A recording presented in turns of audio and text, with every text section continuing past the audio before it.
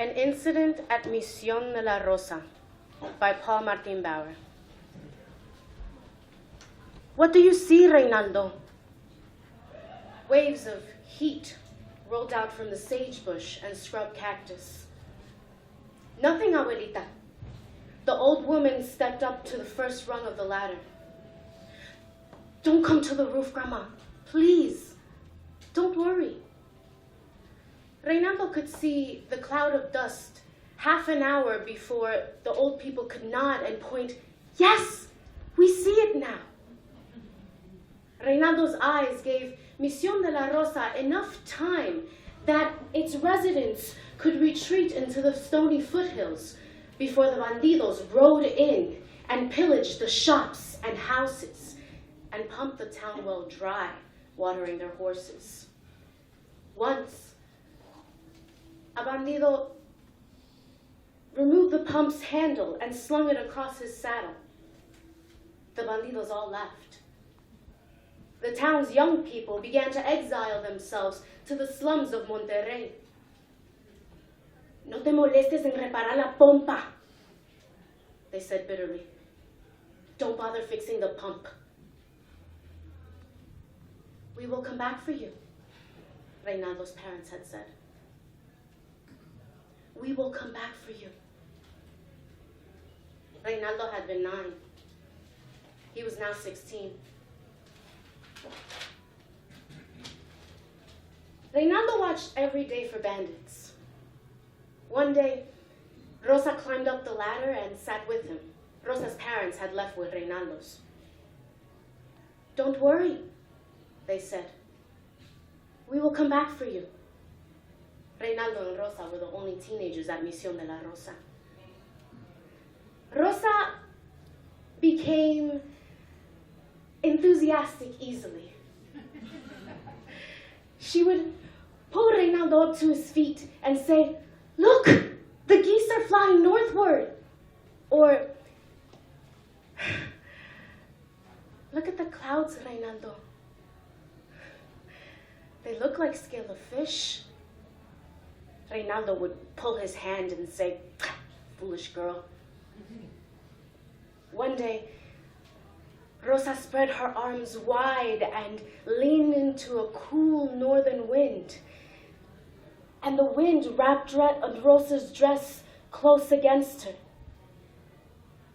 Reynaldo saw that Rosa developed puffy lumps on her chest and that her hips were growing wider. Soon thereafter, Reynaldo stopped pushing his hand away from Rosa's. One April night, Reynaldo threw pebbles at Rosa through her open window. Rosa glanced at her grandmother snoring, tiptoed to the window, and said, "What do you want, Reynaldo?" "I want to look at your hair in the moonlight." Rosa wrinkled her nose, but she pulled her coarse hair from behind her and let it tumble down the front of her shift. In June, Reynaldo said, "I would like to press my lips against yours." Rosa wrinkled her nose, but she pressed her lips against Reynaldo's, and Reynaldo felt her hummingbird heartbeat. In August, when stars tumbled and died every night, one after another, Reynaldo held up a shiny black stone. "Look, Rosita, it's an Apache arrowhead. It's made from black obsidian. Look at the sky."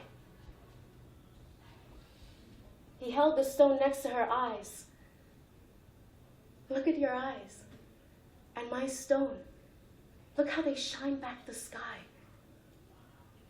He put the arrowhead in Rosa's hand. "Ow! Don't hold it so tightly, Rosita." Rosa wiped the ruby red droplets on the hem of her shift. One night, on Reynaldo's mother's birthday, Reynaldo looked at his feet and shook silently. Rosa sucked the tears from his long eyelashes. You miss your mama? He shook his head.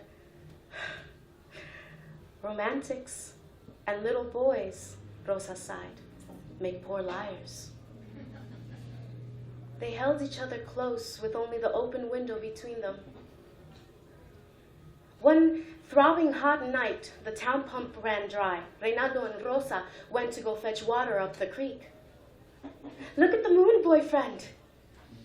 The three-quarters moon rested among the dark branches of the cottonwoods lining the stream bed. Reynaldo lifted the sloshing buckets. The moon is pregnant, Reynaldo. When are you going to put a baby inside me? In 6 days, I will celebrate my quinceañera. I will be 15. You don't need a brat inside you. She punched his shoulder. Put a girl.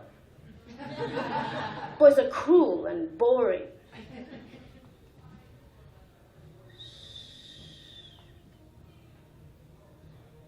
Rosa crouched beside him. Listen, Rosita. Bandidos? I don't think they would come at night. They would not risk their horses' feet on the cactus. They would come down the creek in the soft sand, then cross the fallow maize field. Bandido! Rosa shrieked with laughter as she struggled to push him off. Let me go, bandido cruel! Reynaldo cupped her delicate breasts. She slapped his hand and rolled from under him. He chased her across the fallow maize field. They stopped at the gate, the town gate, laughing and heaving for air. Look! Rosa pointed. The northern horizon glowed orange. What is it? When they reached the roof, the night watchman motioned them over. He pointed with the glowing end of his cigarrillos. Soldados. Soldiers? Santa Anna's army. They were defeated by the Americans yesterday, badly. Will they come this way? The watchman exhaled smoke through his nose. I don't know. At dawn, a dust cloud stretched over the length of the horizon. The watchman scratched his jaw. I think we will keep the front gates open. Reynaldo, help me open the rear gate. Rosa, go home. I don't want to. Reynaldo shook her hand from his. Go, Rosita. When the rear gate swung open, a dozen mounted soldiers trotted into the plaza. Their uniforms torn and filthy, their eyes bloodshot behind gunpowdered blackened faces. Chickens squawked and flapped away. Dogs shook themselves awake and barked.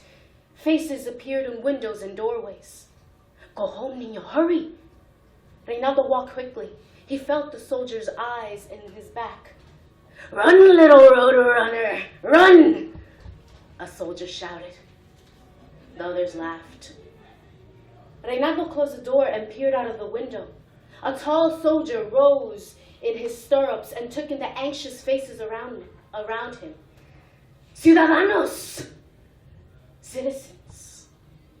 We have come here to meet our fellow patriots, the young men of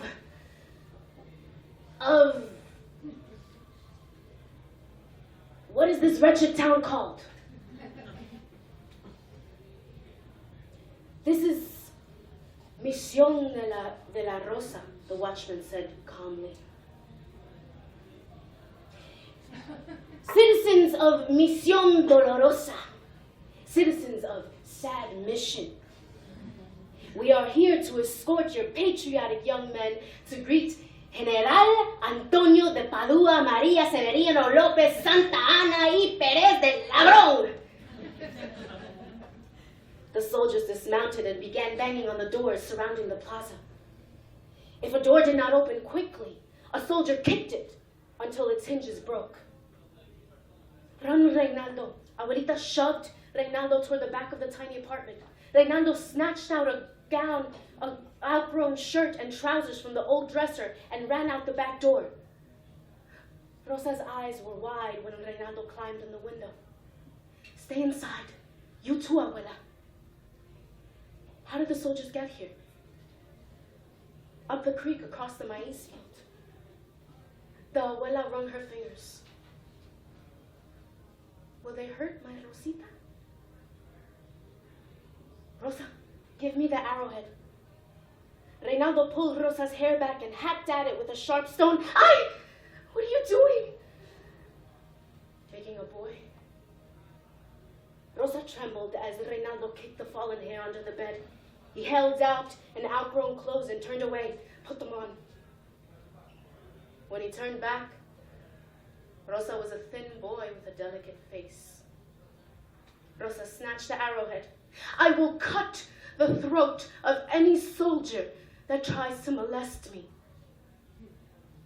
They will kill you. She put the stone to her cheek. I will ruin my face then. The soldier dragged Reynaldo into the blinding sunlight and shoved him up onto the tall soldier's horse. Another soldier pushed Rosa up behind him, but she fell roughly to the ground. Rosita! Oh no. The tall soldier reached down cordially. Señorita. Rosa varnished the arrowhead. The soldier laughed. Rosa slashed the stone across her cheek. Bah! Crazy girl. The soldier turned his horse, opened the front gate. Outside the gate, Reynaldo looked back. Rosa stood on the roof, patting the blood and the tears from her cheek with the tail of Reynaldo's outgrown shirt. The horses broke into a trot, stirring up a cloud of dust. Reynaldo watched Misión de la Rosa fade behind. The soldiers urged the horses to gallop. And Misión de la Rosa disappeared.